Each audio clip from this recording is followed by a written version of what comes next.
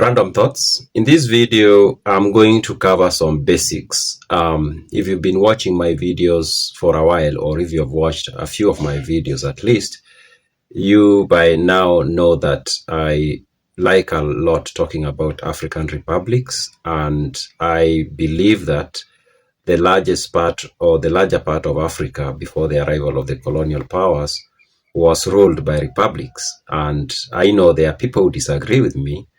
For example, Anya Kaburu, who thinks that I'm very wrong for thinking that way. And but I'm going to cover some basics, and I request you, if you disagree with me, to go with me or to follow along. And at the end of it, maybe I will be able to persuade you that yes, Africa had so many republics, or maybe you will continue disagreeing. But I request you to follow along. Now, I need to define a few terms so that we realize that, or we at least agree that we are talking about the same thing. Now, the first word I'm going to define, at least according to how I understand it, is the word Commonwealth, because I've realized I'm using the word Commonwealth, and very many people are kind of like getting confused because, of course, we know the Commonwealth, the British Commonwealth. And people, it's coming into their mind that when we say Commonwealth, we basically mean a group of nations, because the British Commonwealth is, of course, a group of nations. But in political, we can say political science, Commonwealth does not mean group of nations.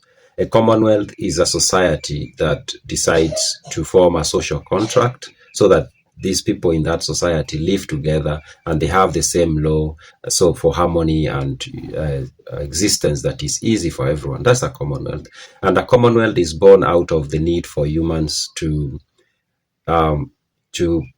control ourselves, because if we don't have a Commonwealth, we live in a state of nature, and that's not good, because in a state of nature, people take advantage of one another. Of course, even in a Commonwealth, we do take advantage of one another, but that can become extreme if there are no laws, there's nothing. So a Commonwealth is basically people coming together to form a society, and then to create a political system and a legal system, most importantly, through which they can coexist. That becomes a Commonwealth. So a Commonwealth is not a combination or a group of nations, as many people are thinking. And I know why many people think that way, is because the word Commonwealth, often when it's used, it is used to refer to the British Commonwealth, the countries that speak English that came together to form the Commonwealth. Okay, now that's out of the way. The other term that I need to, now I'm going to the three terms that I kind of like related, or they mean similar things, and that is the word democracy, the word monarchy, and the word republic. And again, my goal is that after this, you agree with me that Africa had so many republics before the arrival of the colonial powers. Now, I'm going to start with democracy. And democracy, most people have an idea, or most likely you have an idea what a democracy is. And a democracy is basically the sovereign power is with the people. It is the people who decide how things are run in that society, in that Commonwealth. So people vote. They vote in the leaders. They vote in the even laws through referendum. Critical decisions are decided upon through the vote. So in a democracy, voting is critical. It's at the center of what a democracy is. There is no democracy if there is no voting, if there is no an electoral process where citizens vote. And citizens, of course, is members of that society. And so that's a democracy. Then we have a monarchy. Now, a monarchy is where a single person takes the power and rules, and they make all the decisions by themselves. That's a monarchy. And often a monarchy, of course, is best understood when we know of a monarchy where it's a family, the power is within a family, one single family or clan, where the father passes on or the mother passes on, and then the son takes over, like it is the case of UK. But that's also a little bit, and I'm going to explain that, because UK is not a pure monarchy. And I need also to say that there is very few democracies that are pure democracies. Now, before I even go to republics, I think I need to clarify those things. That there is no pure democracy. It's very hard to find a pure democracy, because what a pure democracy means is that there is no law. There is no constitution, and every decision has to be voted upon by the people. That's now a pure democracy, where people vote for most of the things have to be voted up. There is no protocol. The only protocol that exists is that if a decision has to be made, people have to vote. But now, if you think of many democracies, let me take Kenya for example, even the voters are not allowed to vote anyhow. There are conditions. There is a constitution that says this can be voted on and it can be voted on this way. This decision can be made by the people directly, or this decision cannot be made by the people directly. So there are restrictions. So that makes it not a pure democracy. It is a mixture of democracy and something else, republic. And I'm going to come to republic. It's the same case to monarchies. Monarchies is very hard nowadays to find pure monarchies, even though there are very few that have existed in the very recent past. And a pure monarchy is where there is no any other law. The law is what the king says or the queen says. That's the law. So there is no constitution. There is no voting. Whatever they decide becomes the law. And another thing I need to explain about monarchy, when monarchy is described, and I'm going to maybe to disclose where my ideas of the three forms of governments come from. I think I've been influenced a lot by the ideas by one Baruch Spinoza. Now, Baruch Spinoza was I can call him a philosopher who lived in the 17-something in Netherlands, and he wrote several texts, and they are very popular around the world actually, because his ideas were like very interesting ideas. So a monarchy is where the person who is at the seat of power decides everything. So that's very hard to find, because UK, for example, the king or the queen does not have a say on everything. There are things that the law defines, which makes the UK a mixture actually of monarchy, democracy, because people vote, and also republic, because there is a constitution, even though it's not written in the UK. Now, another thing I need to clarify about monarchy is not just about that power is held by a family. Monarchy can actually be held by somebody who is not a king or queen. It can be a dictator. And because a dictator decides everything that happens, then technically it becomes a monarchy, basically, or technically or basically it becomes a monarchy, however you look at it. So, and as I've said, if you are going to look for pure monarchies, in fact, you can find dictatorships that can fit pure monarchy. And this, by, for example, Marcius Nguema in Equatorial Guinea, I think this was the 1960s, 1970s, we can classify that to have been a pure monarchy, because this is a guy who decided everything by himself. In fact, at some point, he took the central bank and transferred everything to his house. So that can call that a pure monarchy. Even though he wasn't a king, he was maybe president. That was the title. So now you know what a democracy is, you know what a monarchy is. Let's come to a republic. Now, a republic is where there is no one person who makes the decisions on behalf of others. And there is no voting for decisions, especially by every citizen. There is nothing like that. What exists in a republic is a protocol, is a constitution, if we can use a word that is easily understood. What exists in a republic is a constitution. Now, when we say a constitution, people think that it has to be written. No, it does not need to be written.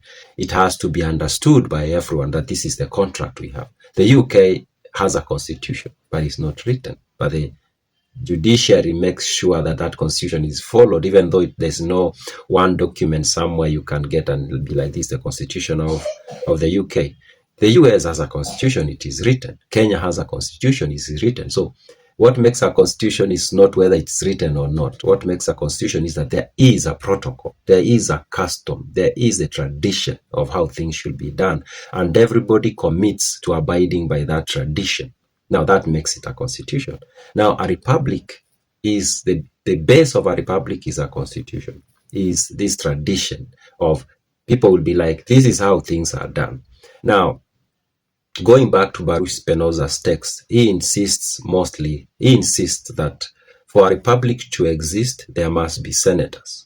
Now, senators are these people who sit in we can call it a parliament, and they discuss issues and they pass laws and they discuss budget and things like that. Now, they also have to act within the traditions. Now, His reference in the 16th century or 18th century was mostly the ancient Roman Republic. Now, in the ancient Roman Republic, the senators were not elected.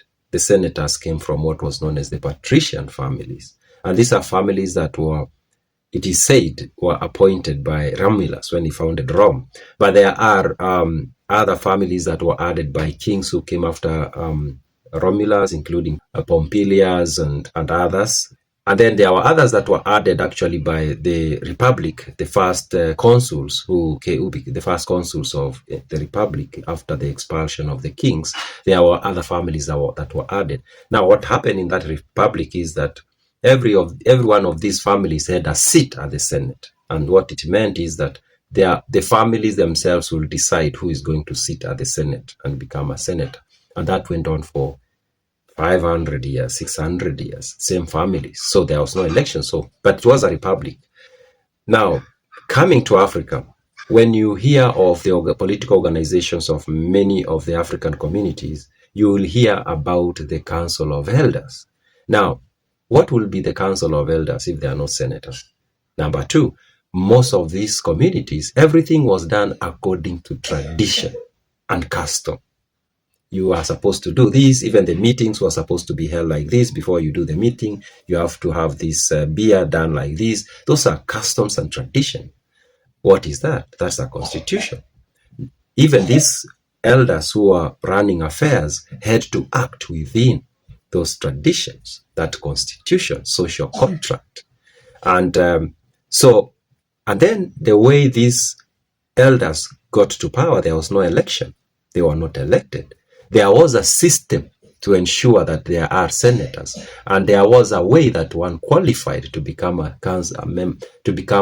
member of the Council of Elders. Maybe your age, maybe your marital status, maybe whether your kids have been initiated, especially among the Agikuyu. That's what used to happen. If you initiate your first son, you moved up the ranks, you could sit in the Council of Elders, Senate, and make decisions on behalf of the community. In the Gedar system, the same thing. There was, you were 8-year-old, you belonged in a certain cadre, you moved up, and by 30, 45, you could sit in the Council of Elders, Senate again. I remember I made another video I talked about the choice of words shape how we see society. So when we say Council of Elders, there's a way we see African societies, but when we say Senate, there's a way we see the ancient Roman Republic. But when you read books, I've read Titus Livia's book. It's a collection of books actually called From the Founding of the City, and he describes the ancient Roman Republic so well in a period of close to 400 years, actually 500 or 600, I think 700, including the periods when there was the kings or the monarchies. And when you read that collection, it's a collection that was written about 2,000 years ago. When you read that collection and you see how affairs of the state were handled in the ancient Roman Republic, and then you talk to the old people here, those that understand, or you try to read whatever documents you can get about the political organization of the Luo, of the Luya, of the Agikuyu, of the Akamba, you see parallels. You see that these societies are run the same way. The way the Agikuyu ran their affairs is almost 90% the same way the ancient Roman Republic handled its political affairs. The same way the Oromo handled their political affairs is the same way the ancient Roman Republic did, most of maybe 80% the same. That's how I arrive at the conclusion that most African communities, most African nations before the arrival of the colonial powers were republics. Those are my random thoughts.